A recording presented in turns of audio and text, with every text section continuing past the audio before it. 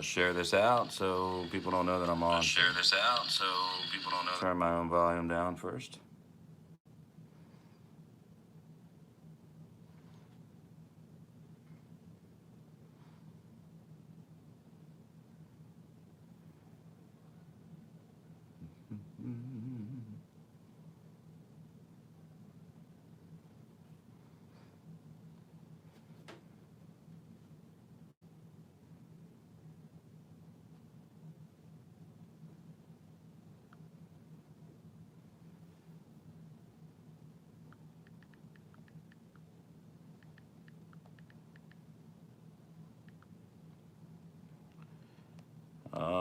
Let's, we can always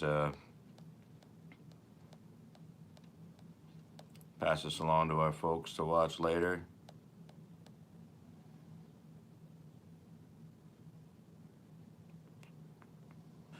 So I will tweet it out.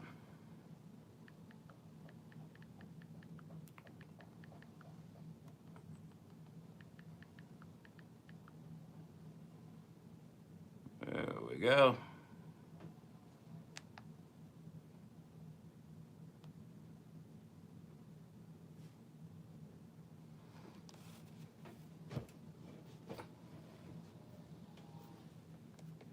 There we go. Get a better angle up here. Now let's see if I can bring up the chat.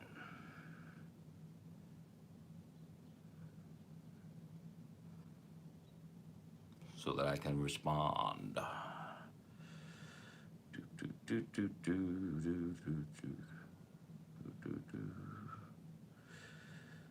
Okay. All right. Looking good. I mean, I'm not looking good, but looking good over here. Yeah, I mean, I'm not going to say I'm on because of like losers like Jordan Sather, but you know.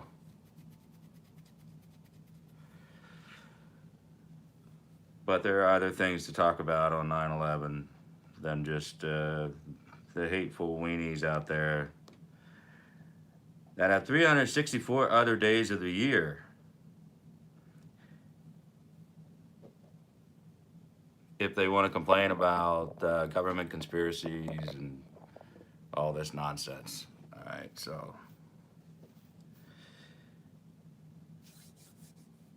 Yeah. So anyway, we're going old school here. We're going to have a polar seltzer and hydrate a little bit. We're going to leave it unopened for those teetotaling bastards out there. First sip goes to the great United States of America, who withstood the worst terrorist attack in American history 18 years ago today and an hour and a half ago. Twitter's a tough place to recall with proper respect and dignity for all of the nearly 3,000 people that died and the hundreds that have since died that helped with the recovery. So let's do it together.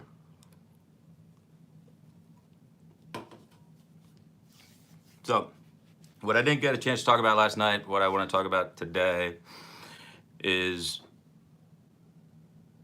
we want to tie together this whole international affairs issue surrounding the decision to let John Bolton go, how that ties into the timing. We're doing so within 36 hours of 9/11. It is an interesting backdrop to make that geopolitical discussion more relevant and something that we need to talk about. The first thing that I want to do, and I'm sure that they're playing games with flags. I know that Twitter is going to play games with hashtags today. I have seen all the same type of media coverage that you have. Other than Fox, it is apparent that they are desirous to limit your ability to share in your memories, or for the people that weren't even born or too young to remember, share in the collectivism that we all have of feeling pride in America for how we not only survived the attack but thrived on the comeback. And how do we do that without letting them ruin a lot of what it was all about to be a patriot? And the government did a fair job of ruining the whole thing anyway. The government did a fantastic job of ruining a lot of that patriotism and pride by kind of bungling a military response to that by getting sidetracked in Iraq when Afghanistan was where the people were trained, and leaving Saudi Arabia off the hook largely, even though that they were financially responsible for a lot of this stuff and for a lot of the passports and things that were required to get these jihadist suicide pilots into our country. So what I want to do today is kind of like talk about both John Bolton and kind of marry that message to the current geopolitical drama that we have in Iran, North Korea, in Syria, and Venezuela. How does it all come together? How is it all falling apart? But yeah, I think if you're watching the news, like you're watching the New York Times reporting online, you're watching CNN, MSNBC, I mean, there's just this need to erase part of history. And they want to erase the fact that this was fundamental Islamic terrorism. They want to kind of scrub that language off of the history books, and they want to replace it with the planes, just like they do. And when there's a mass shooting, it's not the shooter, it's the AR-15 that they want to talk about. AR-15 kills 15. The assault rifle kills 12. So they have a real concerted message that they're trying to drill into your brain that the guns are what the problem is. It was the planes that what the problem was on 9/11. It wasn't Islamic terrorism, which is just as prevalent today, if not more so than it was in 2001. And to kind of recognize that it wasn't a response, a retaliatory response to some severe presence in the Middle East by the United States that brought this on. Our real presence in the Middle East has come as a result of the decision to fly all these planes into our buildings and kill our citizens. I mean, that was a miscalculation on their part, that we would not retaliate, and not only retaliate, but take up home in your backyard in the Middle East to ensure that you never get the opportunity to do that again. And therein lies the rub for Donald Trump. I listened to his speech at the Pentagon, just ended a couple of minutes ago. There's a real respect that he has for the military. There is a real willingness to respond to aggression to Americans on the battlefield and at home, but it's muddled in between with an actual international affairs policy that makes a lot of sense. So that's why we've got this jumbled sense of what his policy really is. What is the Trump doctrine really about? At this point, we are left wondering, is it more, McMaster, or is it more,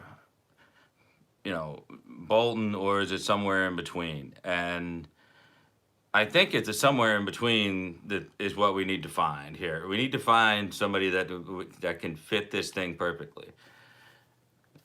But before we get too far into John Bolton,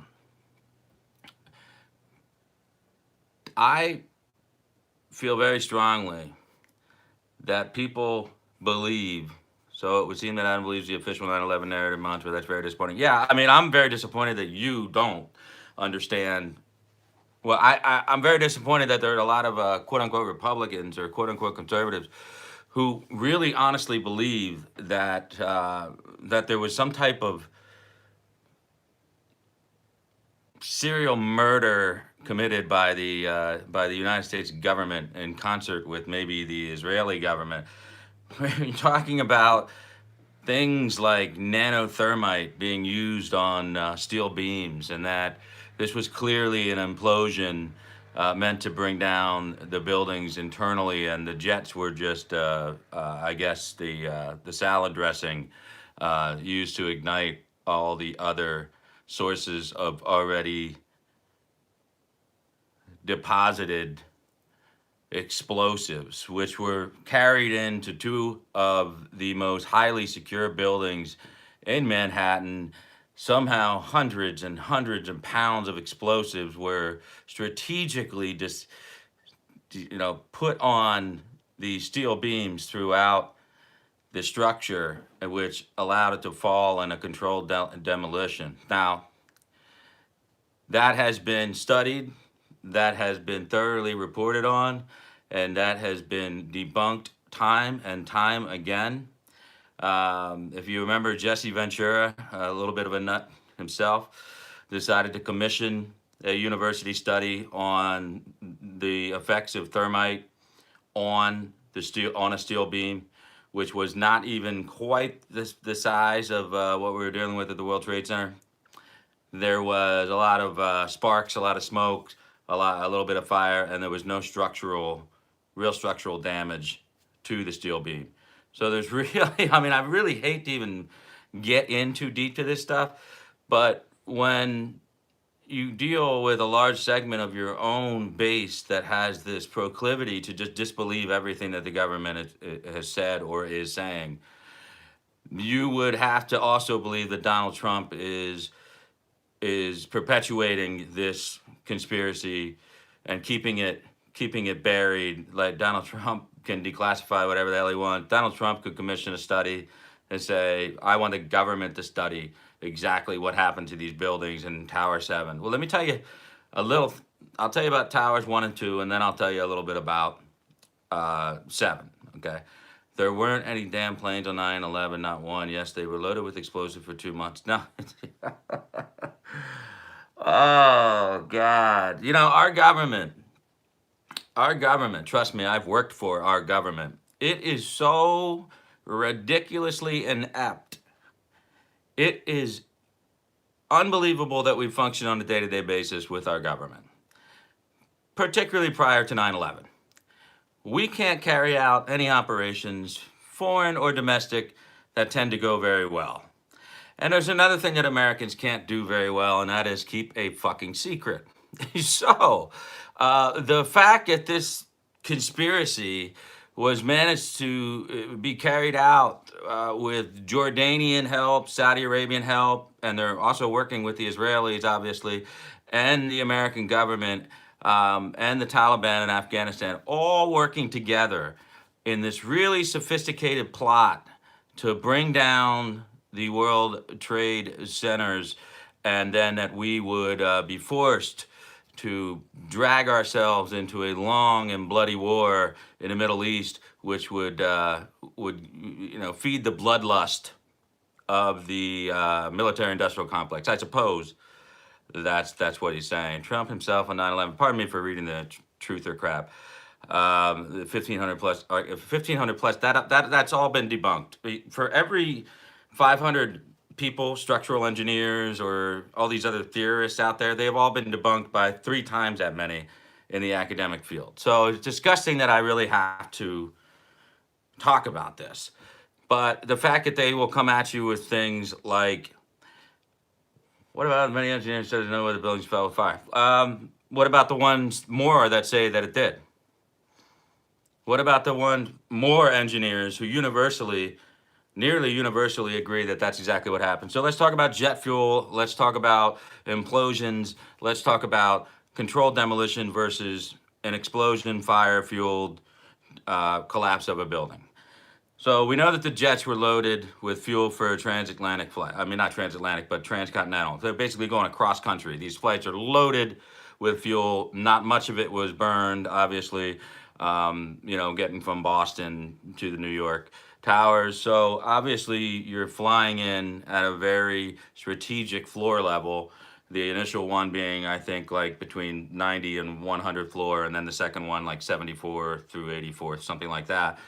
What you're doing then is, when you fly those planes through the structure, it goes through the core of the structure. So the core of the building has service shafts. It has service shafts down the core of the building, and then of course they have the other elevator shafts, multiple elevator shafts, which are there. If you watch the planes go through, and they go through at like 600 miles an hour, you're going through, and then the explosion of the jet fuel will ignite, and it will blast down through. It'll go with the oxygen as it ignites, and it'll blast its way down the elevator shafts and the service shafts down the core of the building, and it'll also sear the cable cords on elevator systems, which will send elevators dropping nearly 100 floors straight down the shafts. And it'll be a scene like the Die Hard scene where Bruce Willis drops the detonators on the elevator going down, except he'd cut the cords too. That's what happens. It exploded outward, and there was a French documentarian who happened to be on scene on the North Tower explosion site, walked into the lobby and saw that there were people on fire from the explosive force of the jet fuel coming down and being ignited down and sucked down by the oxygen of the shaft, of the elevator shaft and the service shafts, and it blew out into the lobby. It just blew out. There were no detonations. There's no seismic material, or no seismic, no seismic material or evidence or anything empirical that we could look at that signified an explosion, additional explosions that were occurring before the planes hit. There's absolutely no empiricism behind any of this. So anyway, we'll talk about, oh, well, Adam, you don't understand that steel beams, they won't melt until you hit like 2,400 degrees or something. And okay, well, I'll concede that. Okay, and jet fuel burns 800 to 1,200 degrees. Okay, so we've got 1,200 degree temperatures on the ignition source of jet fuel hitting the building. Now we've got severe structural issues now once the planes, these are large planes, flying in, evaporating into the center core of the structure of the building.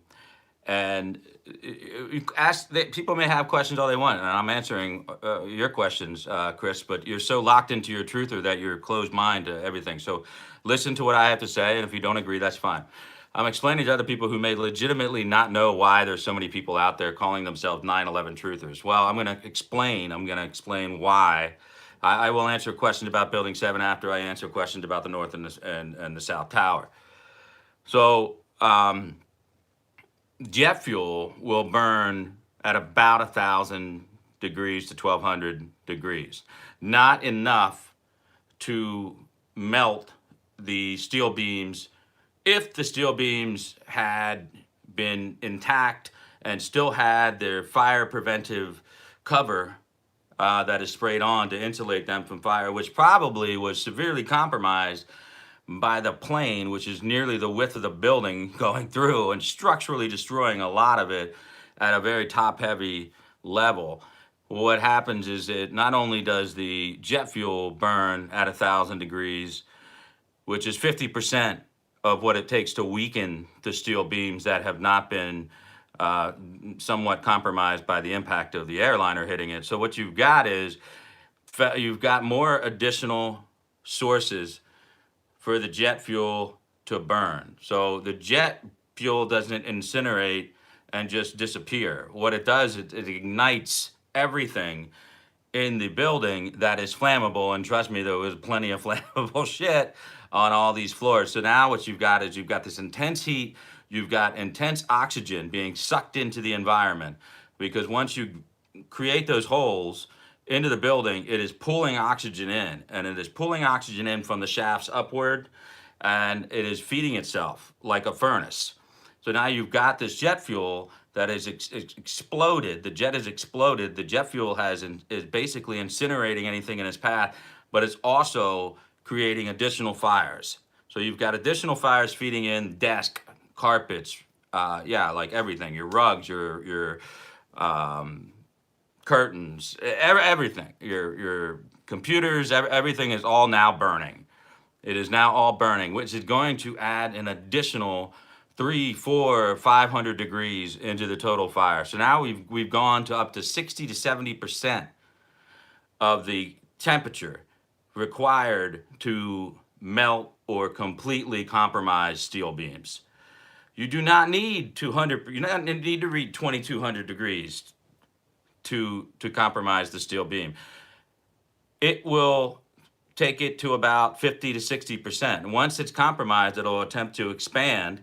And once that expansion starts to reach its threshold, it starts to fold into itself. And when you have that type of inertia occurring on one steel beam and another steel beam and another steel beam, what it does is it starts to work inside itself, and eventually it collapses. And when the building collapses with 20 floors on top, it's a pancake. It's a pancake. It doesn't go this way. It doesn't go this way or this way. It's not gonna. You're not gonna topple the top of this structure. Is not going to snap steel beams off and send the top of either one of those towers off into the streets. That's not how it's going to work. The inertia, the way everything's working with the steel beams, one side is going to start to fold and the other side is going to start to fold when the pressure starts to reach the other side of the building. What you're going to have is essentially the gravity will work and the pressure will come down on the floors below. And with each floor comes a pancake explosion, which jettisons excess debris and concrete dust, and it very much to the human eye would look like something of a controlled demolition. It is not. What it is the compression. It's gravity and physics working together. It is coming down, which is why the buildings both fell in a similar fashion. It is coming down directly floor to floor to floor to floor to floor. And each one of those floor explosions has its own physical impact. And it is, like I said, jettisoning excess materials, smoke, and concrete dust.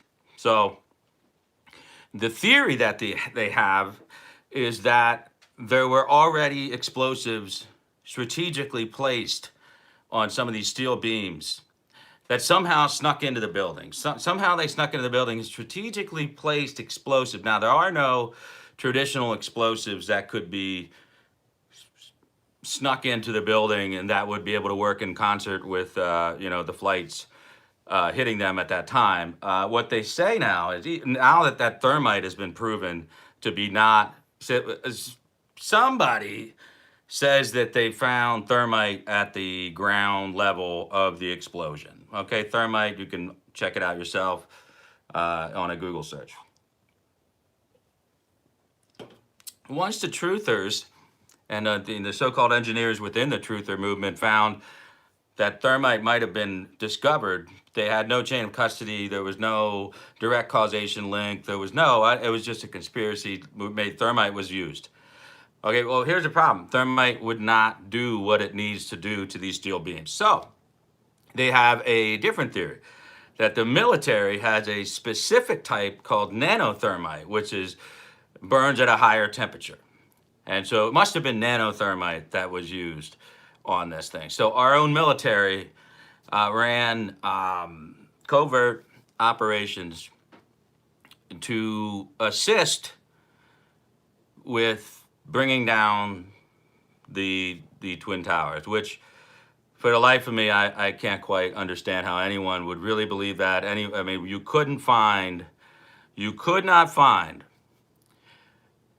10 Americans willing to sell their soul, never mind military, real American citizens, never mind soldiers, willing to potentially kill up to 50,000 people and then keep it a secret. That's the hardest part of explaining this thing if you're a truther, as they say. So, it goes beyond this.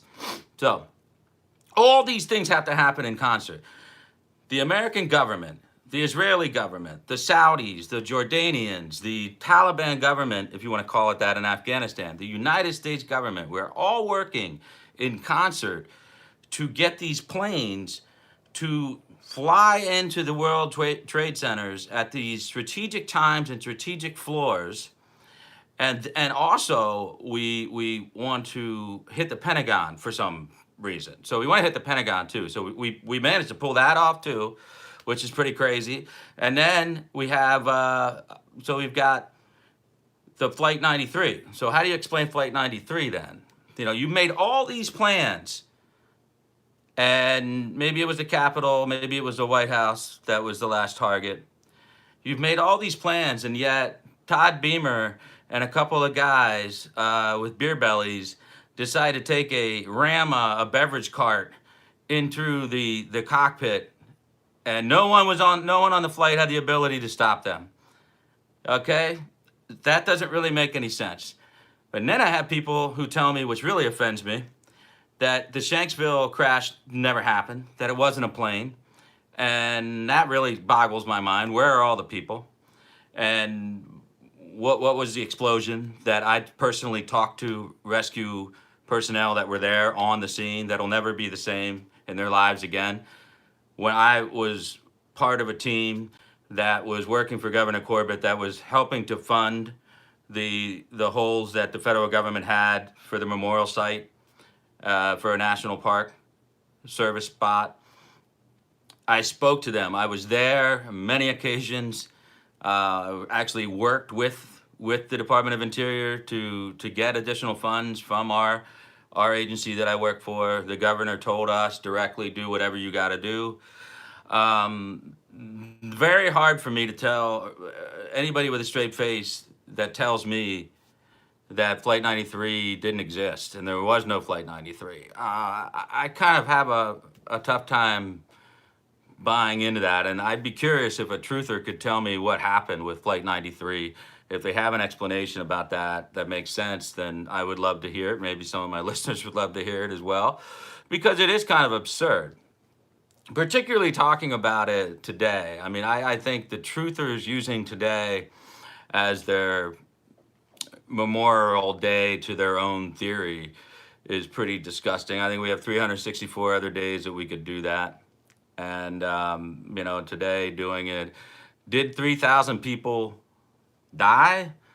Or are they alive somewhere? Are they in a witness protection program? Are they cleaning up from the Bahama Hurricane Dorian damage that maybe they're living in? You know, so yeah, there were a lot of people that were in New York City, including Glenn and Bemused in New Jersey. A lot of other people that were there saw all this. They cannot get their minds around what you're saying as a truther. And, you know, what I'm explaining to you is the majority of the people that have looked into this have disagreed with anything that truth is saying. It's not about keeping a secret, Adam. It's who would believe it when the truth is told. Only truthers. Well, there are secrets and then there are secrets. There's secrets like who killed Kennedy, and then there's doesn't make sense secrets like this massive cabal, this worldwide conspiracy to destroy the World Trade Centers is so out there. The requirement of, like I said, cooperation is something that we've never seen in the world before. We couldn't do it ourselves because we struggle to do anything as a government without screwing it up. And you're talking about Israelis working with Jordanians and the Taliban. I mean, what did we come together? Was there a secret meeting at Bohemian Grove where they kind of sat around and they were like, okay, we need a war, and so we're gonna kill a few thousand Americans to get it. So we all have to work together on this. So the Saudis are gonna fund it. They're gonna, you know, the Jordanians will help fund a passport operation, and we'll get them into America. And then in America, we'll find flight instructors to teach them how to fly but not land. You know, and the FBI and the CIA they both know what Al Qaeda's doing, but they don't talk to each other. So did somebody make up this plan somewhere? It's absolutely absurd. It is completely absurd. It's antithetical to anything that anyone knows about government and government cooperations. There is no possibility of a worldwide conspiracy to blow up the World Trade Center. Okay? It's just, I'm telling you, from a practical standpoint, it's not possible. Nor would any consequence of that be positive for the parties that would be involved. So no one can explain to me what happened with Flight 93. I mean, I know there's probably a couple truthers in here. No one wants to stick around and tell me that I have to have this conversation is sickening. Absolutely. The thought of leaving it unanswered is even more sickening to me. So, in honor of the people that are dead, I have to kind of stick up for their memory.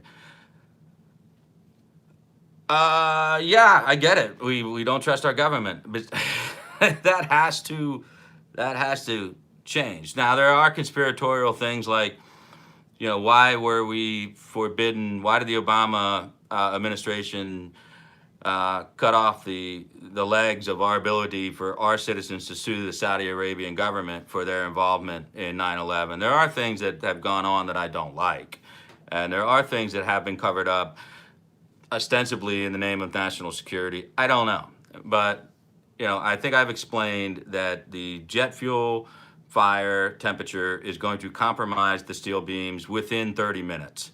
So they're going to be compromised to the degree of 60 to 70% of their structural integrity, because the fuel, in conjunction with the air and the flammable things in the office building, are going to cook it up at a pretty fair degree, and you could probably get up to easily 1400 degrees. And that's more than enough to structurally start screwing around with whatever steel beams weren't already compromised. And then, of course, gravity teaches you the rest. It comes down like this. It doesn't come down like that. It comes down on a pancake. And there is no seismographic data that indicate any explosions occurred before or after in Tower 1 or 2, north or south. Now, let's move on, because we have to Building 7. There is a lot of rumor around Building 7 having been brought down by controlled demolition. It was not directly hit with the initial explosions, or, some people thought, because they were seeing the backside of the building in the coverage, they thought that the building was relatively intact and came down kind of mysteriously 7 some hours later. What they didn't realize was that the building itself, World Trade Center Tower 7, had a strange build out, and it was not structurally sound on the one side. And that side was hit with debris from the falling towers, actually scooped out about 10 to 20 floors in the front. So it was already structurally just gutted, but you couldn't see that unless you got aerial footage from the other side of the towers. Also, fires raged in Tower 7 for 7 hours and some odd minutes. 7 hours and some odd minutes. That we couldn't get to it. There was nobody in the building. There was no way to get to these fires. And they were being fed from small generators to large generators, including the generator in the basement for emergency use was actually part of feeding the fire to the roof. So the whole structure, from basement to ceiling, is on fire for seven hours. So that's a pretty big deal for a building that's already been structurally compromised by the debris. So it comes down, and working with government officials, they indicate no seismic data that included any explosions.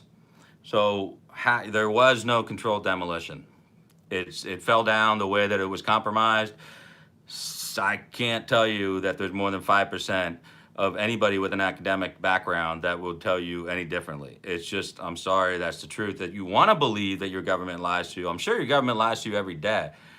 But in this case, just because the government wants to keep information from public purview does not necessarily indicate the presence of a conspiracy.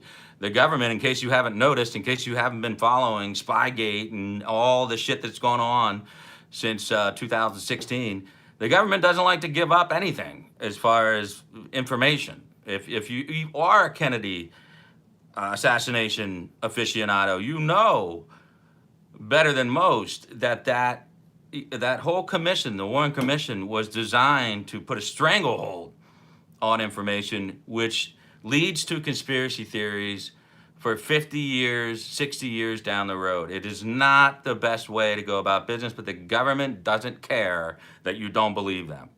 The government doesn't care that your family wants to sue the government or the insurance companies, or some guy took out a big policy and then didn't show up for work on 9/11. There's always going to be stories like this. So not only are the governments of the United States, Saudi Arabia, Jordan, the Taliban in Afghanistan, and then American contractors who must be secretly doing CIA work. We also have wealthy property owners that were in on this too, and they just wanted to basically do an insurance fire sale on the World Trade Centers because occupancy wasn't high enough. Well, holy hell! If that really happened, that is the greatest conspiracy in the history of man. You know what's not a conspiracy? Is like 2,996 people dead. We'll see you, Cindy. You can watch this later. I have more to say on John Bolton and stuff, but the people are dead. The people are still dying that worked in the recovery. I just, on this day, I want to honor their memories by saying that if you're spending your day on Twitter or Facebook spreading conspiracy theories, maybe do it tomorrow. Maybe do it the next day, and that of the 3,000 and some, including the people that worked in the recovery, hundreds of which are dead and dying. If you could, maybe wait till tomorrow. Yeah, I mean, they're saying there were no planes. Okay, well, then where are the passengers? It is something that. It's an emotional day. I think you don't want to go back to where you were. I think a lot of these conspiracy theory guys always think the government's lying about everything. And so they have this natural predisposition to not trust the government. I understand you. I understand where you're coming from. But where are the people? The people are dead. There were planes, we know that. Where'd they go?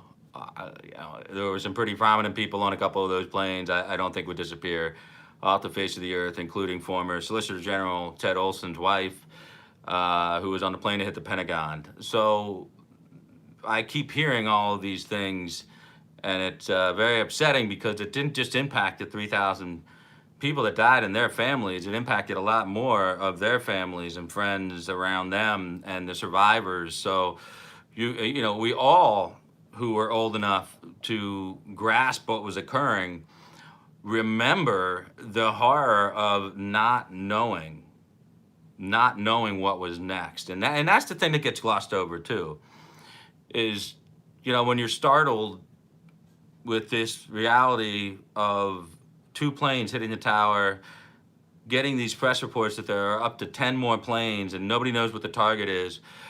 It was a pretty upsetting day for a lot of people, and not just the people in New York. I think, around the country, we were feeling a little bit a sense of what was felt, I think, with Pearl Harbor, and more, 60 years before. So I think that you've got to show respect to people who are grieving, certainly families and friends of people who died. But we also, in order to remind ourselves of those moments, you must go back and relive them and watch the clips of them and listen to the messages that they left their loved ones while they were flying into their doomed destinations. They're very real, and you'd have to be a heartless prick to listen to these calls that were being made by these family members and then talk about how it's all big government conspiracy.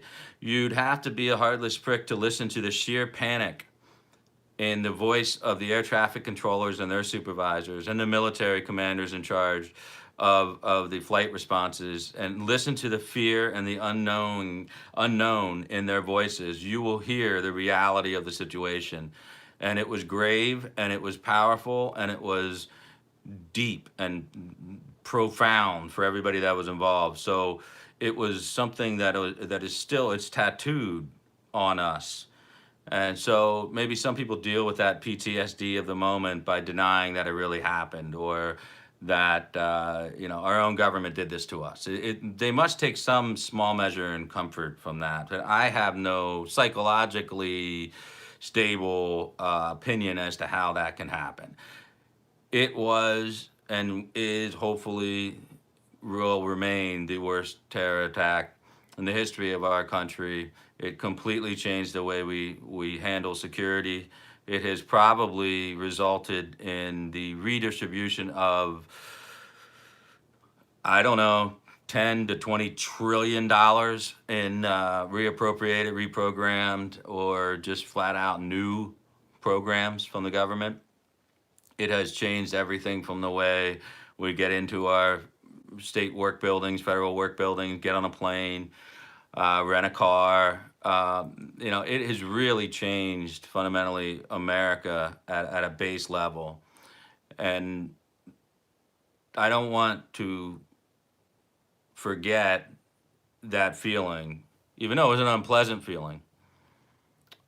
It was a feeling of fear, nausea, but like most Americans, it was, what can I do? Where can I go? I've got to do something. Boom, boom, boom, boom. What can I do? And a lot of Americans just wanted to call their family members. And I remember at this early days of cell phone technology, it shut all the towers down.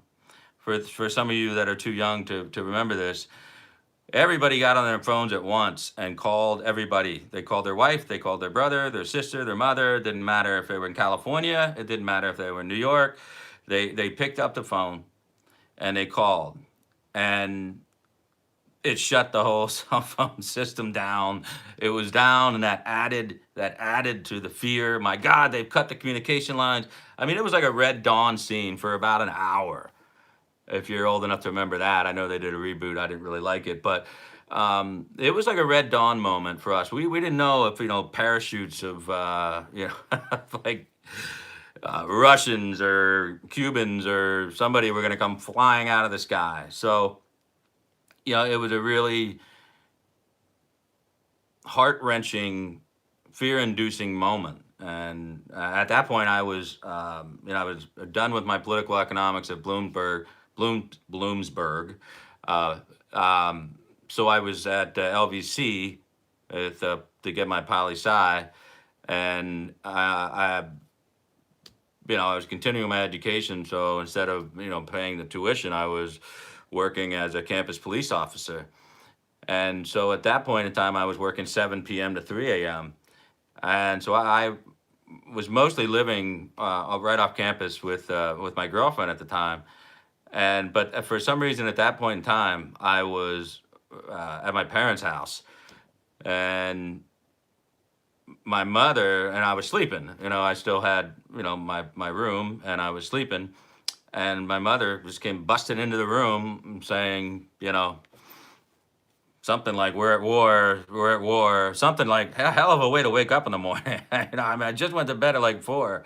And I think it was about, after the second plane hit, it was right about a little bit before 9 or 9 o'clock, she came busting in and saying, hey, we're at war. And I'm thinking, what the hell is going on? And, we all remember what a beautiful day it was. It was a beautiful, beautiful day, just like today is. And, my first reaction was, I didn't have intel reports in front of me. But I knew that this was probably a Middle Eastern devised thing. And I'm thinking, some type of cooperative effort, between the Iranians and the Palestinians, because at this point, of course, what's his name was still alive. And so I didn't know, and nobody knew. And then the details started to come out, and everybody wanted to do something. A lot of people wanted to just help. So every firefighter, every cop in the entire Northeastern Hemisphere just started going to New York. and from as far as like Wisconsin, firefighters, were getting in their trucks and driving. Reservists that were not called up yet got in and got in their trucks and drove to New York. It became such a problem. They had to seal off Manhattan because they didn't know what was going on. And then as they slowly started to reopen access to Manhattan, there was just an overwhelming number of people arriving to help. And they were basically cordoned off and they became volunteers to help give blood or to help people locate their families or put up posters. But what happened was if you were involved in anything like that, law enforcement, fire, anything like that, you wanted to go. And it really wasn't my line of work more than just to get finish my degree without having to pay tuition. So, but what we all did as campus officers at that point was we all went to work.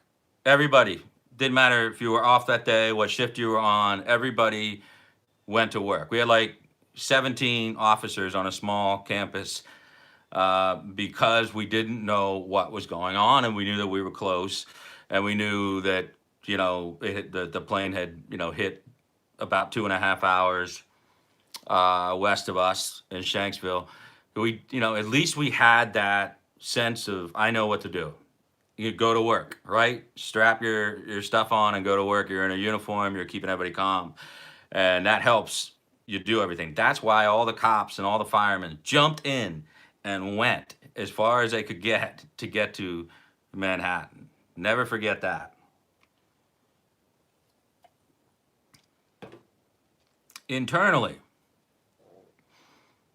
New York is a rough place sometimes. And at this point in time, New York wasn't getting along with itself. And Rudy was a mayor on his last legs, and Bernie Carrick and others were under assault for the way they were treating minorities and their arrest policies and the stop and frisk and all the other. There were a lot of problems going on in New York in 2001.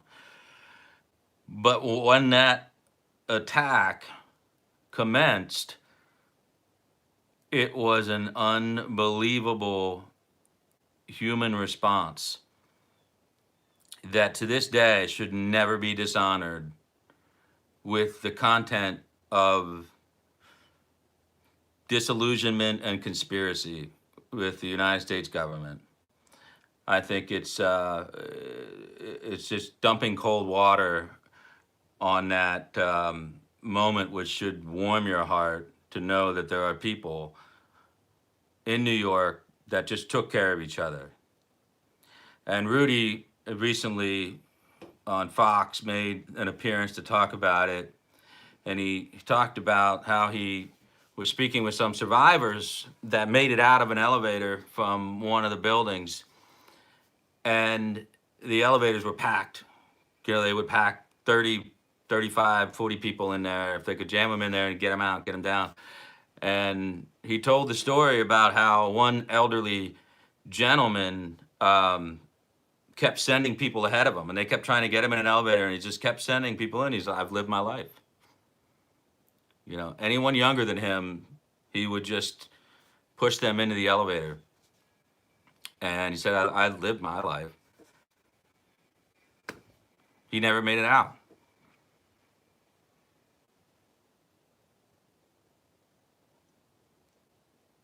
That's impactful. So that's emotion. That's the emotive driven consequence of coming at us on a day like this with anything but respect for the dead.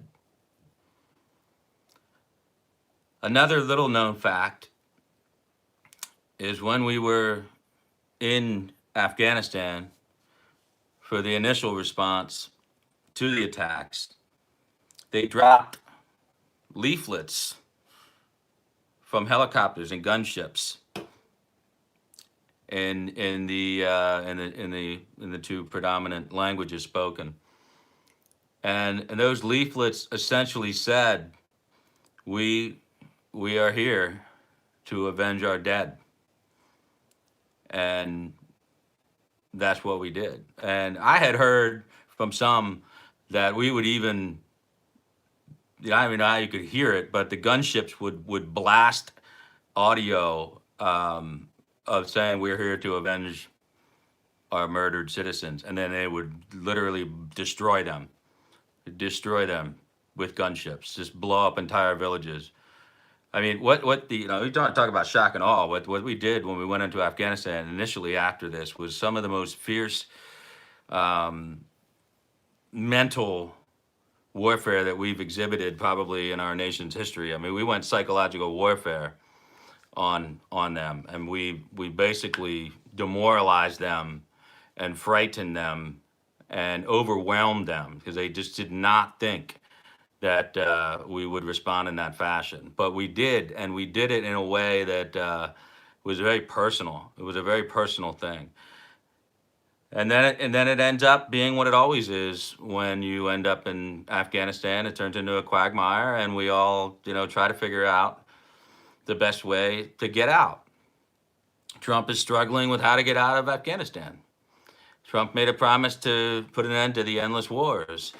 And, well, it's not that easy, Mr. President. And I think that had a lot to do with John Bolton's exodus. I think there's a profound disconnect at this moment. And I don't think it's something that you negotiate with. And I think it was a huge mistake. I think if Bolton got, basically pushed out the door because he wasn't going to stand by and watch Taliban commanders land in America and go to Camp David, well, then I think he's probably going to sleep tight at night. I'm not really sure what these unconventional tactics that Trump is using are for. I don't really understand what's going on. It's kind of a rope-a-dope theory, not working out. So we'll see. We'll see how that is.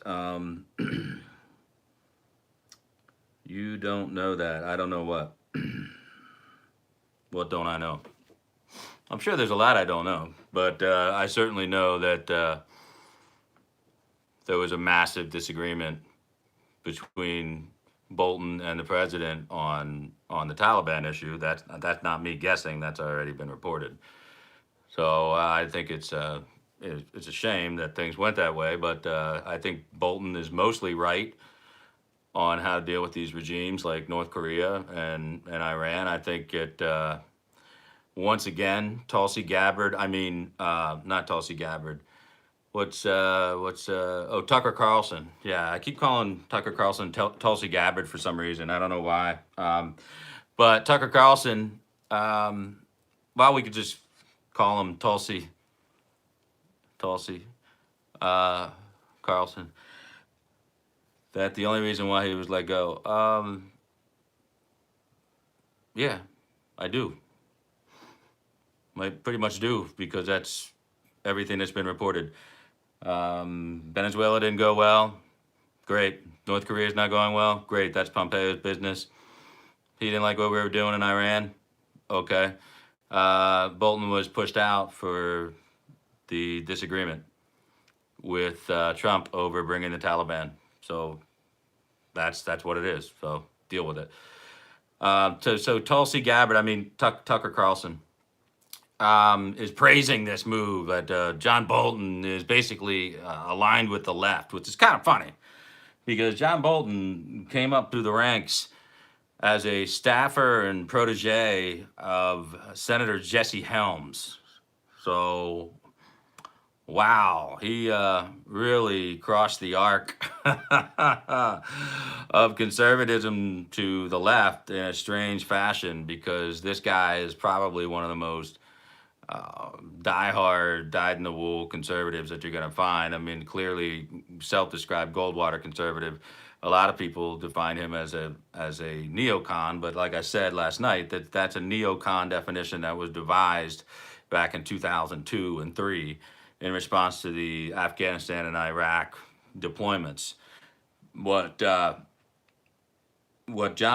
made John Bolton somebody that could work and did work with Trump was the fact that he defended America's interest above all things, primacy across the board. One of his longstanding policy goals is something that I've always agreed with John Bolton, and the fact that the press will never ever report this, nor will Tulsi Gabbard, Tucker Carlson, is that there's a little thing called International Crimes Court, which Europe has been a major driving force behind issuing jurisdiction to a universal court with the expectations that Americans could be brought before this International Crimes Court. American soldiers, American contractors abroad. This is something that Bolton has spent the majority of his career undermining, deriding, and flat out fighting against. And he's been successful. He's been one of the driving forces to make sure that we never, ever, ever were cowed into any type of jurisdictional issue with the ICC. So the International Criminal Court, John Bolton told it to go fuck yourself. You're not going to ever, ever, ever, ever adjudicate anything against an American. He put American interest at a primary spot. And then that is one of the reasons why, I think he worked pretty well with the president. Now you have two types of dyed-in-the-wool, Goldwater conservative types, old school guys, establishment guys. You have the John Boltons and the Pat Buchanans. So they're very different people. On social issues, they're not. But Pat Buchanan is pretty much a pacifist, a non-interventionist. He does not. He's a protectionist. He does not want to work outside America's borders on any of these geopolitical issues. He would just let the world go to hell if he could. Kelly, you're not wrong. I mean, the biggest problem with Bolton and the president is he hated his appearance altogether. He really hates facial hair. I told you guys all that before. He really, really, really didn't like his mustache. He's an abrasive personality. He was warned not to interact with the president directly very often, and he ignored that, and that's not a smart move. And then Trump literally will. What happens is when you talk to Trump and you slightly annoy him, he will focus on the things that he doesn't like about you. So Bolton's talking to him, and he's looking right at Bolton's mustache, and he's thinking, "Man, I hate this guy. Somebody get this mustache out of my face." That's how the president thinks.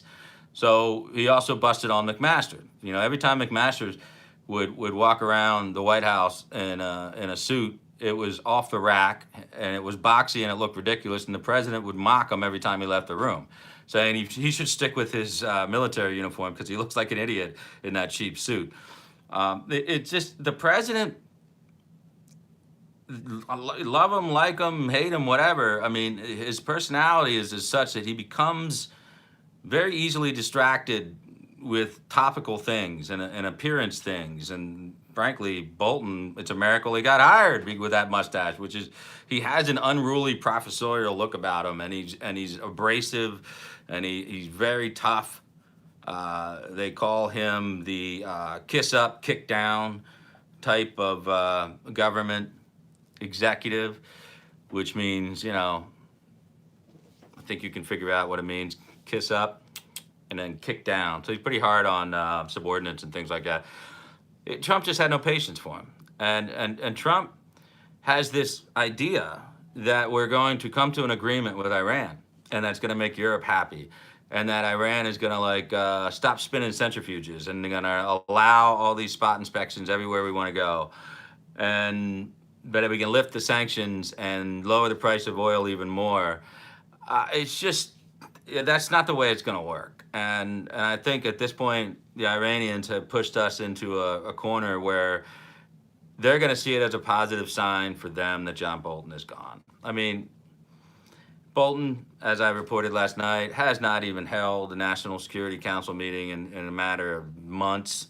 So I just think Iran will see it as a positive development for them. That's the way I see it. So I'm not a big fan. I'm not a big fan of backing off the pressure campaign on Iran. I think the North Korea pressure campaign is pretty much static, and It shouldn't be long before we're right back to where we were when Trump first reached out to North Korea. We haven't changed any sanctions. They're back to doing all the ballistic missile testing they were doing before. I don't see anything changing other than the fact that South Koreans are really irritated with the way we're handling it. Japan's pretty irritated with the way we're handling it. Um, it was a good shot in the dark, but in the end, there are experts in Washington who could pretty much tell the president that these games aren't going to work. These countries have been doing this shit for decades. Do I think Pompeo will stay? Obviously, I think Pompeo will stay. Like I said before, if Pompeo jumps into the Kansas Senate rate late, if he jumps in late, I'll be very nervous because Pompeo will be counting electoral votes in his head. If he jumps, he's going to jump because he thinks Trump might lose.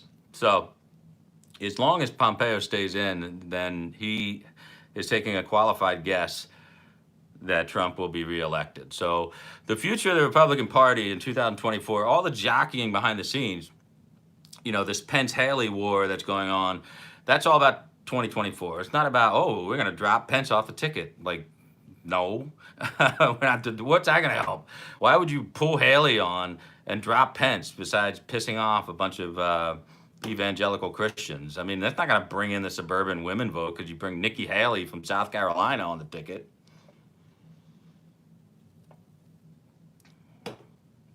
Those rumors are self-started. Those are self-starters. That's jockeying for 2024 position between Pence, Haley, and Pompeo. They're the three right now. And who can blame them? Because somebody's got to freaking get the torch passed to them from Trump. And I hate to disappoint you Dynasty fans out there. It's not going to be Ivanka. It's certainly not going to be Junior. So I got to say, it's going to be one of those three that bears the torch. I'm not a huge Haley fan either. Pence has been pretty loyal and pretty impressive. But Pompeo is probably the weightiest of the three, and by weight I mean like metaphorically with gravitas.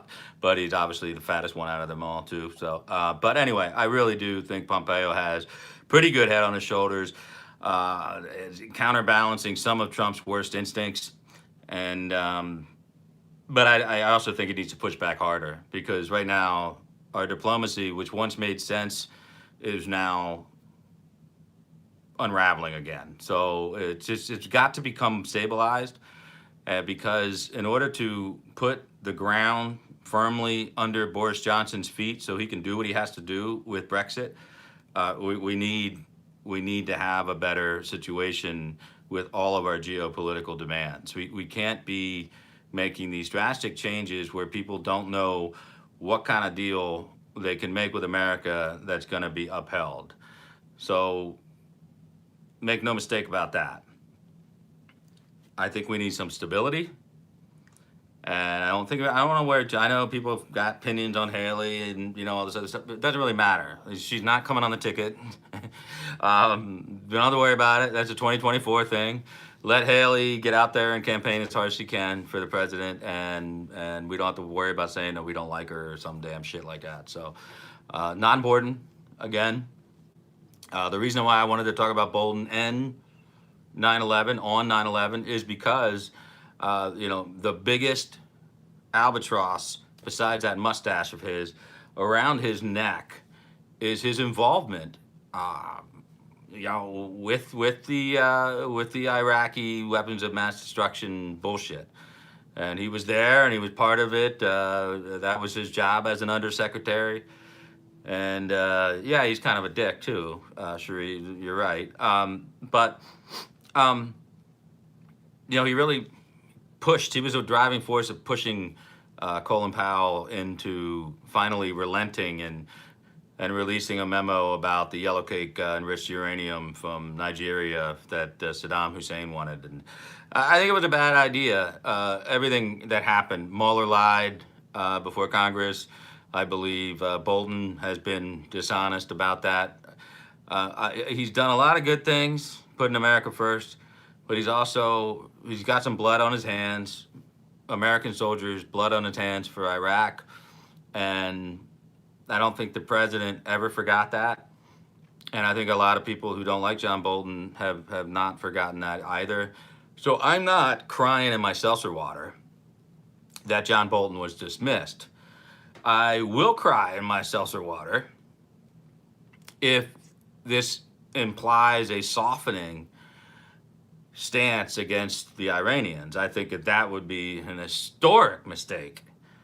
I think it is the right time to apply severe economic pressure, additional sanctions on people within the government of Iran, serious threats to Europe that we will uphold sanctions when they deal with Iran, regardless of whether or not their deal's still intact. Sorry that France has a $1 billion Airbus order to Iran. I'm sorry that France has a $10 billion oil field exploration deal with Iran. Sorry. I don't care. All right? I don't care. America first means enemies last. And Europe needs to understand that. America first means your enemies are last. Europe is not our enemy. Iran is our enemy. South Korea is our enemy. Syria is our enemy. Let's not forget about that. Venezuela is our enemy, not to mention some of the problems we have with neighboring countries like Nicaragua. These are our enemies. And we can't forget that. I know a lot of you came on board with Trump because of his pledges to avoid war, to avoid conflicts. This is economic warfare. And I don't believe in equating threats of force with the use of force. I think diplomatic language requires us to threaten the use of force. Listen, I've explained this before, I'll explain it one more time.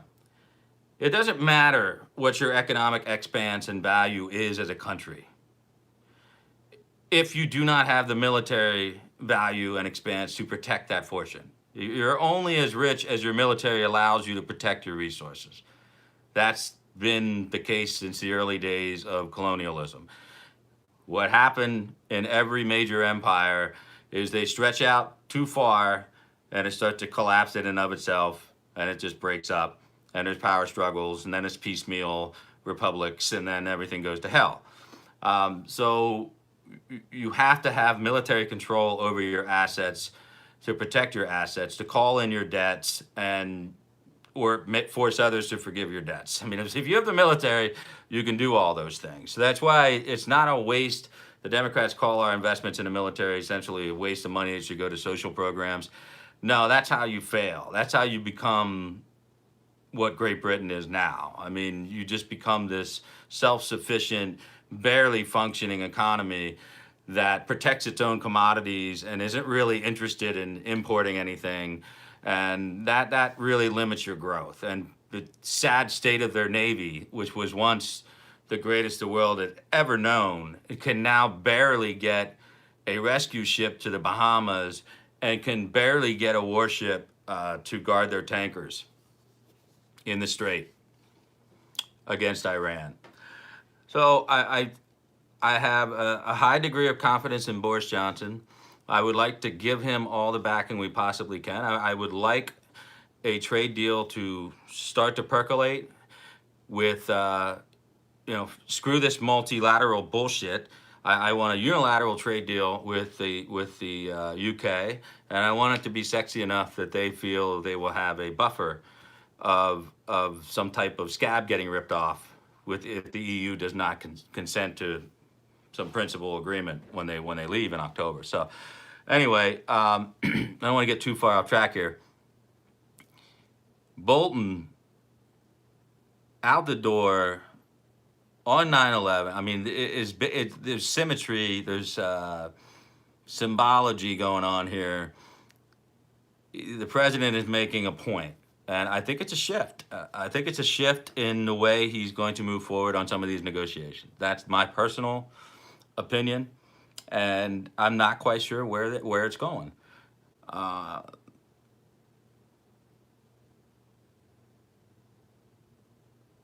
it's discombobulating at this point. Now, the president's comments, his tweet today, that he would like to see, I'm going to try to get this out without laughing. The president would like to see our Federal Reserve take our interest rates to 0 or more or less, which is basically negative yield type of European shit, which would allow us to renegotiate our debt at a lower rate.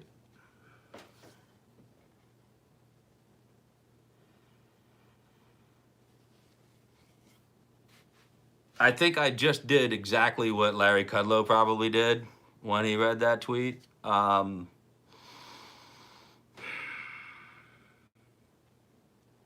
Again, it's 9/11. It's 9/11. It's 9/11, Mr. President. 9/11. You're a New Yorker. You've said some insensitive things over the years about 9/11, but this is a little bit ridiculous.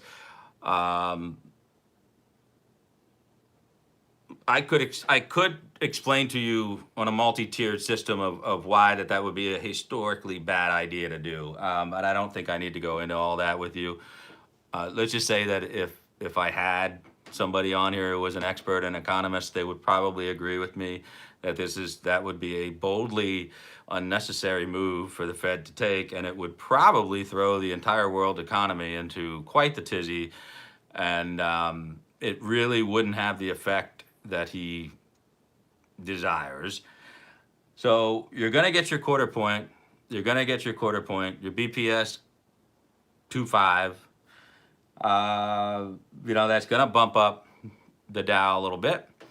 And I think the dollar will hang in where it's at.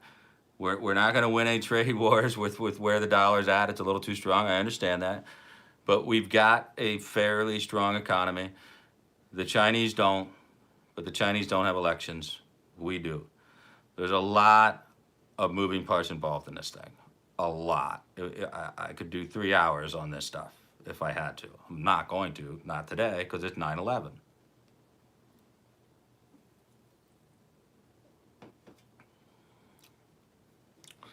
So, let's recap.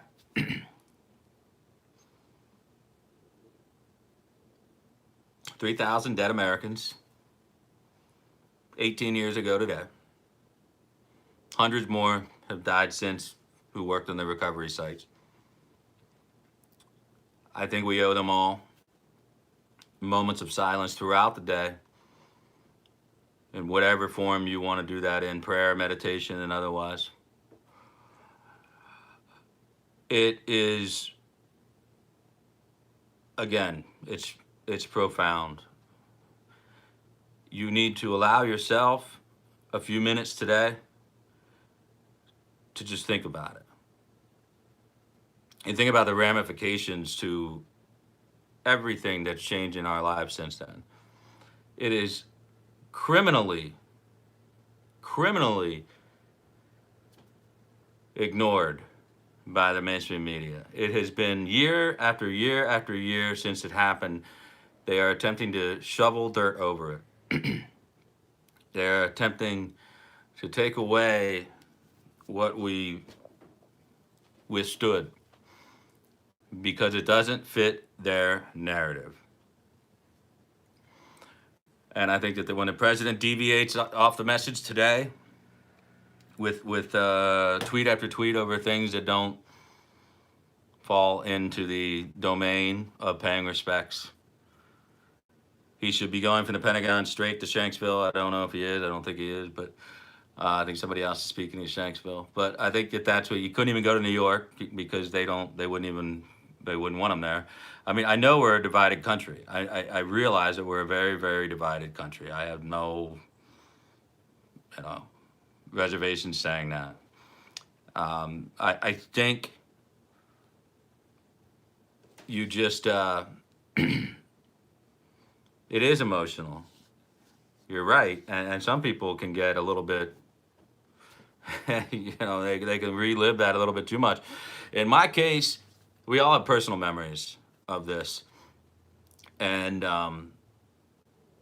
in my case, one of the most prescient and long lasting formative moment around this holiday for me.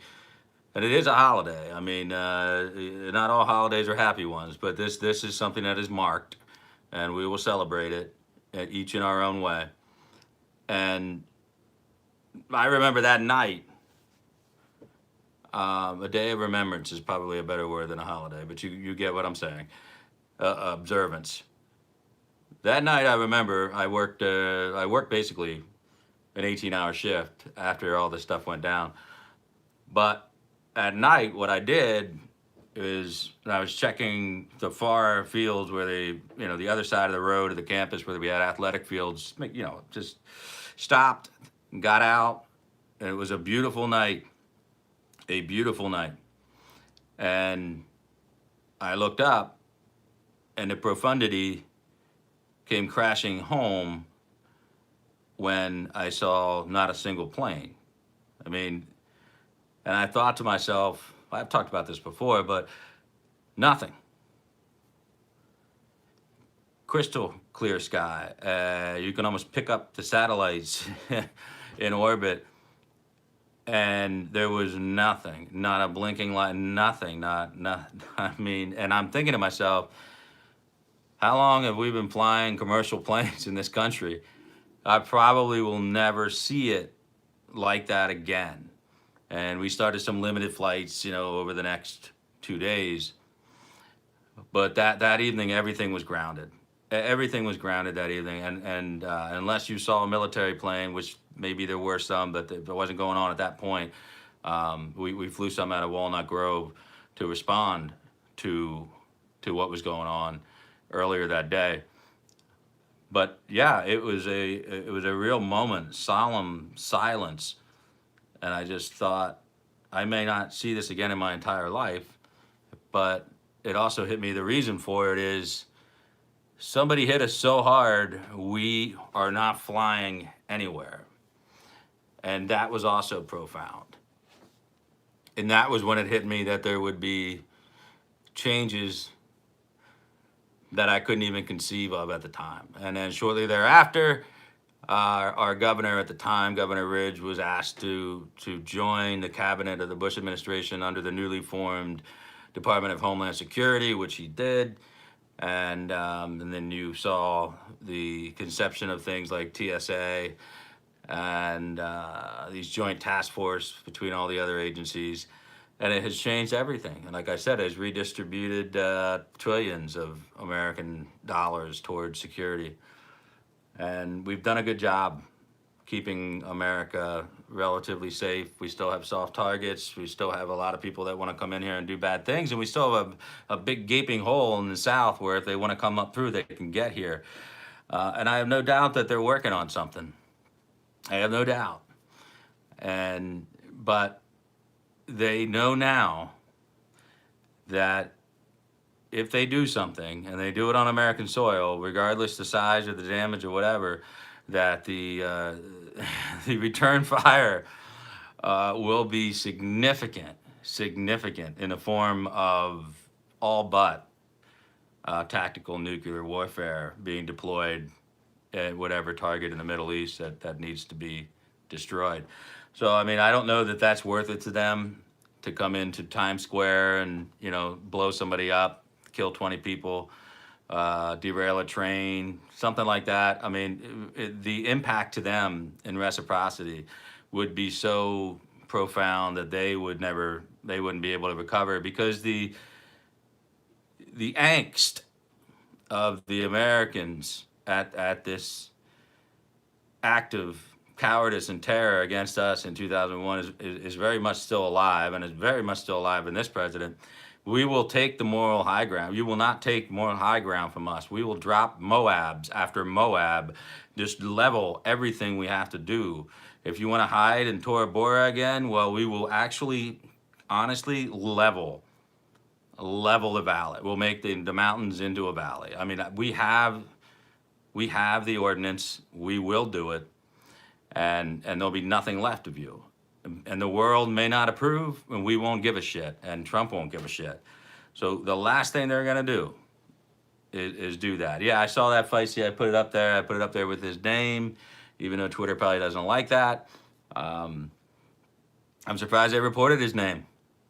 So, um, yeah, I think that's why we've been safer as a country, is because they know now that it's a catastrophic, disproportionate response that's coming from us to them.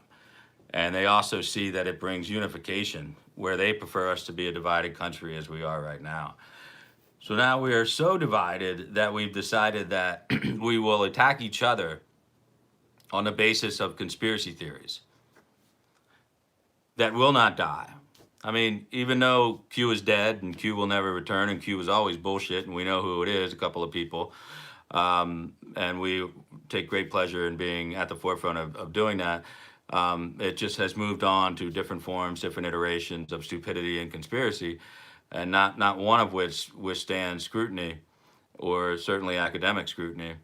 And so we are so fat and lazy and contented in our domesticated bliss in America that we now kind of shoo away days of observance like 9/11.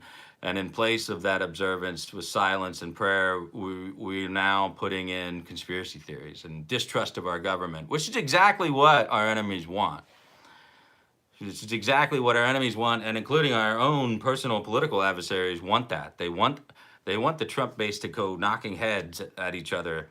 They want distrust of government to be so, go from latent to blatant, if you will, that it causes disillusionment prior to the election. And I can see it. I can see it forming already on Twitter.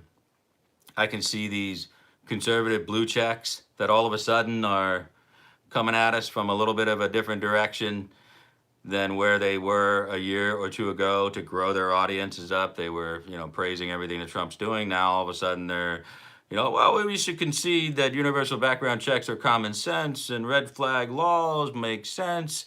And, that's the kind of thing you got to watch for. And I think there's a lot of that going on right now. And I think there are people, and particularly in the peacenik crowd. And I know there are a lot of people that came over to Trump because of his promise to stop the endless wars. Okay, that's really hard to do, but okay, I get it. I'm in favor of deployment of stealth technology, stealth weapons, bombs, ordnance,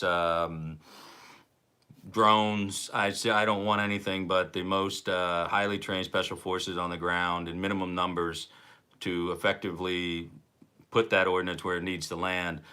I don't want a lot of people over there. I don't want infantry troops trotting around any other country either. But what the side effect of that is causing division in the base. And I guess I am being a little derisive when I say peacenik, but the peaceniks drive me crazy.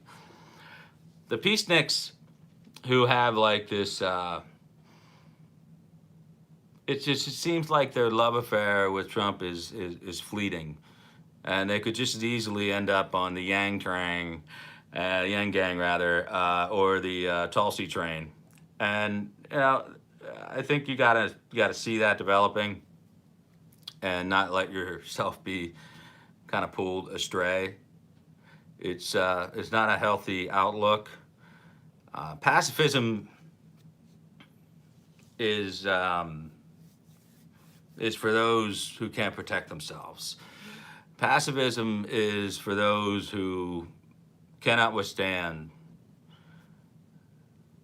an adversary or opposition. And I know that there's a philosophy here that people that just want to, have world peace, which of course is something nice to toast to and dream about, but it's not really going to be a reality because we haven't had it when we were tribes running around on the continent of Africa, and we are certainly not going to have it now.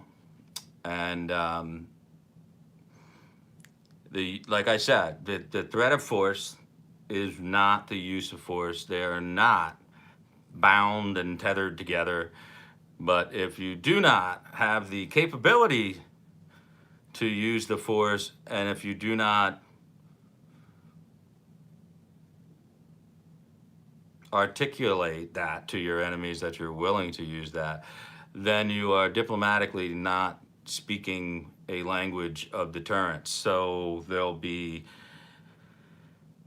times and places and people and adversaries that will take advantage of us in our situation, as they have, as China has for the last 25 years. And you look at China, and they're building out this one China policy, and we've kind of like sat there and watched them just kind of claim, you know, Taiwan and hover over Hong Kong since '98.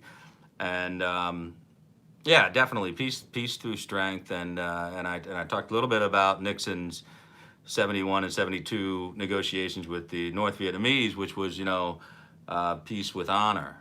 And that is something that I think Trump is trying to achieve here. It's just that there is no honor in our adversary. And I don't know how you gain a peace with Taliban, because we have nothing we want from them that they can concede to us. So there's no way we can issue a power sharing agreement with the Taliban and the current Afghanistan democratically elected government, because that'll simply turn into the North and the South Vietnamese conflict or North and South Korean conflict. There'll be a geographical tribal conflict in Afghanistan the same way there is now. If you draw a damn parallel, or worse, you draw a borderline, you're just entrenching it, calcifying it forever. And I think that's a terrible idea. I think the only way to do this is blow them back to the Stone Age, and use your stunning air power to get that done. And I am deeply saddened that that will result in the loss of life of civilians who have been put in harm's way by the Taliban, used as human shields. I really am, but there's nothing I can do about it, other than risk my own family in the future. So, you know, it's something if you want to do. If you really want to be America first, and you know that the Taliban is taking back ground that we have bled and died for, 2,400 troops alone dead in Afghanistan, I think. Americans, I think the saddest memorial in our country is the Vietnam Memorial. I mean, the saddest thing about seeing about 57,000 names on that is I cannot explain it to my 5 and 6-year-old daughters. I cannot put it in terms other than the fact that the initial conflict was designed to stave off the spread of communism through Eastern Asia, which, granted, was necessary, but could have been done in a much more, I don't know, proficient way.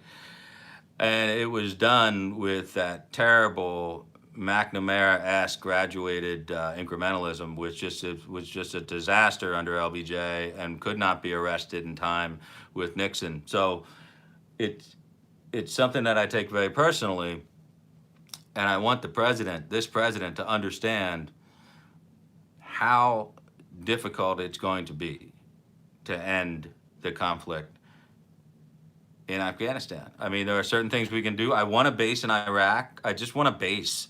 I want to work with the Iraqis, like you saw the bombing campaign that we just did there. I want to work with them.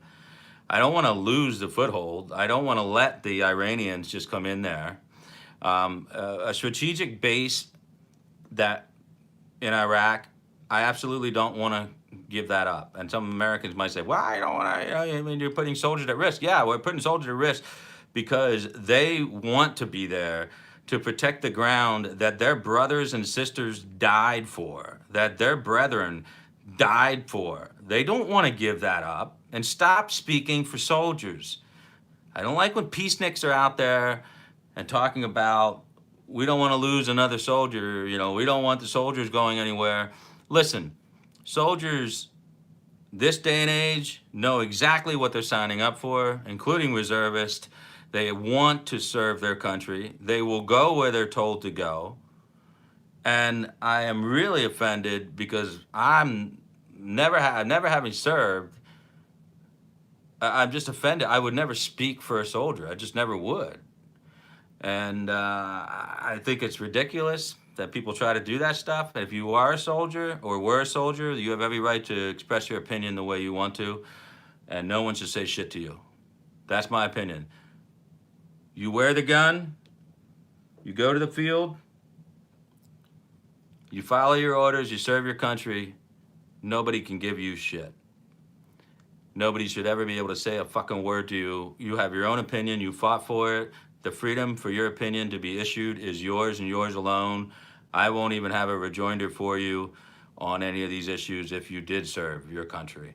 That is the paramount interest I have for the soldiers.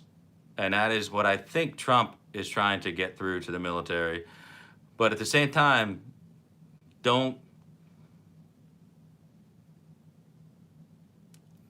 Trump has a way of having moments of duality on this thing. And I think somebody just said that they have a son that is going to be deployed here to Afghanistan this spring. Listen, that has got to be one of the scariest damn things in the world. Thank you, Jen. You don't have to do that, but that's very nice of you.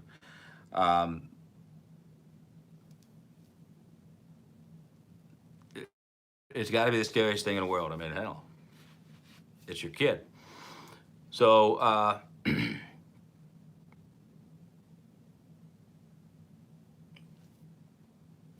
what's the answer? The answer is definitely keeping our armed forces in Afghanistan to a bare minimum, putting the Afghanis in control of their own fate, and then backing it up with drone and superior air power. That we must commit. We absolutely must commit to that region. We absolutely have to commit a lot of air resources, because I want that to be the primary source of conflict with them. I really am not interested in seeing any soldiers and infantrymen in harm's way. And I've had, one of my closest friends do Iraq and Afghanistan, and his brother in Afghanistan twice. And there's always mortar rounds popping off and other things like that. But generally, we're pretty well insulated there. But we still are averaging, I think, a KIA a month, and I think it's just unacceptable. And that's the president's saying. The president has said to his generals, he has said to the Pentagon, this is unacceptable. I don't want to see another soldier killed in Afghanistan, and that's where we're at. I mean, for Trump, it's almost like, tell me how to get out of Afghanistan, and you got the Joint Chief of Staff saying one thing from the Pentagon, you've got your advisor saying another in the Department of State, and you've got your national security advisor saying a completely separate thing. If you're Trump, you're frustrated, you want to find the right man for the job, you're looking for your Patton, right? You're looking for your MacArthur, you're looking for your Eisenhower. Get this job done for me. I want Afghanistan settled. I want to pull the American troops out of there. Afghanistan's a totally separate issue than Iraq. I mean, Iraq is a strategic deployment spot where I think we need to keep ourselves situated there to stop the infusion of Iranian influence, and to stay situated where we can attack Syria if we have to. Jacksonville, Florida News mentioned Taliban killed one of our guys after invited to U.S. Yeah, I mean, that's been a problem since the get-go, right? In Afghanistan, we literally, intel leaks, people we've tried to help, people that we're actually trying to bring over to this country. I heard that there was a stabbing in Florida. Something just popped up on an alert. But you just simply cannot trust people who have spent their entire lives and generations before them hating our country and hating our values. It just doesn't mesh. It's not going to work well. It's why an open borders policy is a disaster. It is why we're changing our visa lottery system coming from some of these countries, and why we tried to limit that successfully after a couple of court battles. is because it's unnatural and it's unhealthy for people to just come to a country that has been an enemy of theirs for a very, very long time, and then they don't assimilate and they get into the same areas, and next thing you know, you've got what you've got with a bunch of Somalians in Minnesota putting people who hate their own country into office, which is it's a really a sick display. But I don't want to spoil this day of observance of 9/11 by talking about people like that. But I just wanted to encourage everybody to understand that we might see a slight change in how we work with the geopolitical situations in North Korea, Iran, and maybe even perhaps dealing with Russia. I guarantee Bolton pushed back on including Russia back in to the G7, making it the G8. Guarantee, Bolton hates Russia.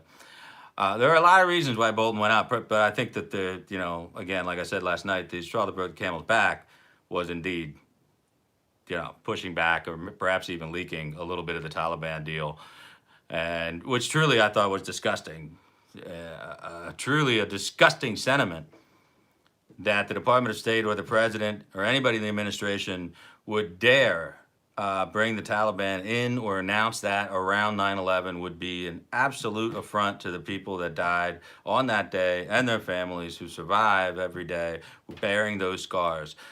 Absolute, probably one of the dumbest things that the White House has attempted to do since they were sworn in.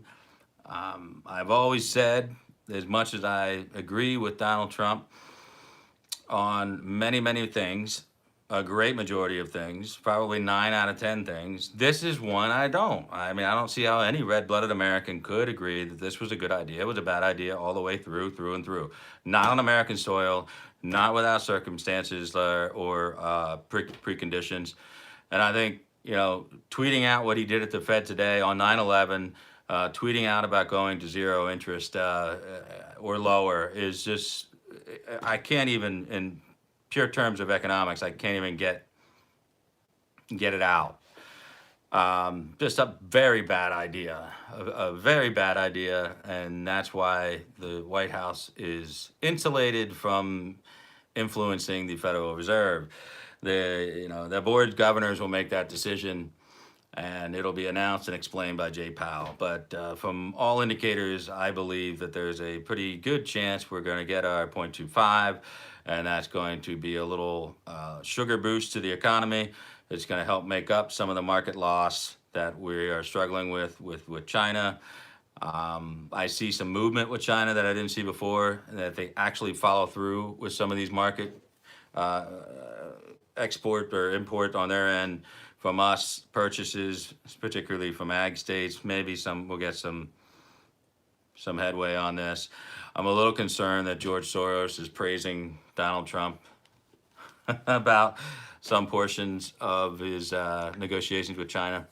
That's always something that make me nervous. So I think that's all I wanted to say today. Mostly what I wanted to say was, politics aside, that it is a day that should be solemn and it should be intense in remembrance.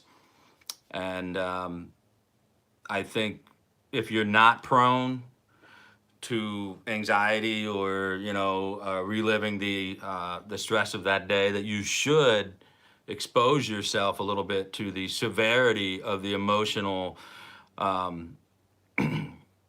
wounds that the people who survive that have. And that means listening to the voicemail messages that they left their loved ones. That means viewing the images of people trying to make the decision whether they're going to burn to death or fall to their death from the World Trade Center. I think as disturbing as these images are, I think that you should probably, if you are able, withstand them, because to say never forget means never forget. And if you're never going to forget, then you need to relive in a lot of ways what happened that day. Never forget means never forget. And that means sometimes you got to remind yourself, and sometimes you got to watch it. Sometimes you need to feel that emotion again. So put things in perspective of where we are as a country, where we want to go as a country, what our enemies want to do to us. I think a lot of people need to kind of, yes, you got to embrace yourself in the truth, because whatever you believe about the truth of why the towers fell or what happened to Tower 7 or whatever, was there really ever a plane that hit the Pentagon? I mean, if you're really into that weeds, that's on you. But the fact is that those 3,000 people are dead. A lot of those first responders are dead and still dying. I think I owe it to myself, and I'm doing it. I do it every year. There's plenty of programs on National Geographic and other stations that will do the documentaries. A lot of tough stuff to look at and listen to. But that's what never forget means. Never forget is not a hashtag. So you can move on with your day and say, hey, it's a nice day. I'm going to go out and golf. Or, hey, I'll just mow the lawn tonight. It is honestly a day of remembrance and observance. You have to do more. You really do. I like this guy. Yeah, we can get rid of that guy. If the Democrats don't want to remember, then that's on them. But I think as Republicans, Trump supporters, conservatives at large, owe it to yourself and to the memory of those who perished to make yourself a little bit uncomfortable. Make yourself a little bit uncomfortable. And I think maybe Glenn will get on Periscope later tonight and maybe tell his story again about the friends that he lost and what he was doing on that day. And he'll put that pain on display that's still tattooed on his brain. And but for everybody else, unless you're prone to that type of post-traumatic stress from that day, I would say make yourself a little uncomfortable, because the people that perished were damn sure uncomfortable. Their families are still uncomfortable. They wake up every day without them.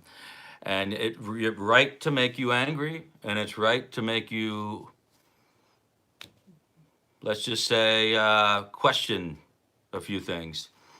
And that's a good thing. And that's a good thing. So our prayers are out there for everybody who knew anybody that day, that perished that day, that were family members, friends, and we really do. That's another part of today, is thinking about all the people that survived it.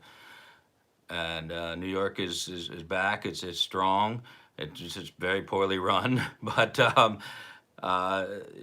it's you got to be proud of your country, and you got to be proud to be an American. If you're not, then you're probably a Democrat, and that's just the way it is today. That's where we're at. That's what it all boils down to. So, my message today, the idea was to not impress upon you to make anyone uncomfortable, but just to tell you how I observed 9/11. And I do that by, one, conjuring up that image of that sky, that star-filled night with no planes, nothing, for hours, and staring at it and just letting it kind of wash over me, that's something I'll never see again in my life. And then I spend the day reliving it as the moments went on. This morning was about reliving it every minute as it went on that day. So that means listening to things that are uncomfortable to hear, and watching things that are uncomfortable to see. But that's how I want to remember everything that I felt about that day, and I want to remember what those people were going through and what their families were going through, because yeah, it does piss me off. Yeah, it does make me angry. And yeah, it reminds me about what we've been doing for the last 18 years and why we've been doing it. And for anybody who forgot why we were still in Afghanistan and wants to be Tucker Tulsi Gabbard Carlson and pretend everything is a neocon war, remember that things got started there because we lost 3,000 people, and God damn it, we were gonna go kill those mother effers that were behind it. And that's what America is about. And that's what America will be about again if you ever attempt to do that to us. So with that, I bid you adieu. Maybe we'll see Glenn on Periscope later tonight with a little bit more of a New York side of perspective of 9/11. It's a lot more personal for him than it is for a lot of us. He lost a lot of people that he knew very well, and he was, obviously very close and still is close to that area. So I want to thank everybody, and Nicole, thank you. I know I know you were close to the area as well, and I'm only 2.5 hours away, but it felt like it was right in my backyard. And Shanksville, of course, was 2.5 hours to my west, and I was just kind of sandwiched in between. And DC, of course, 2 hours to the southeast. So, I mean, in Harrisburg, we were just kind of sandwiched between all this stuff going on. So it definitely left a huge impression on me. So, thanks everybody for tuning in. And I think Glenn will leave this up and upload it, and you can watch it later. So that's all I've got. So I'm going to sign off and say, God bless you. God bless, President Trump. God bless the United States of America. God bless all the people who lost their lives 18 years ago today and their families. Peace.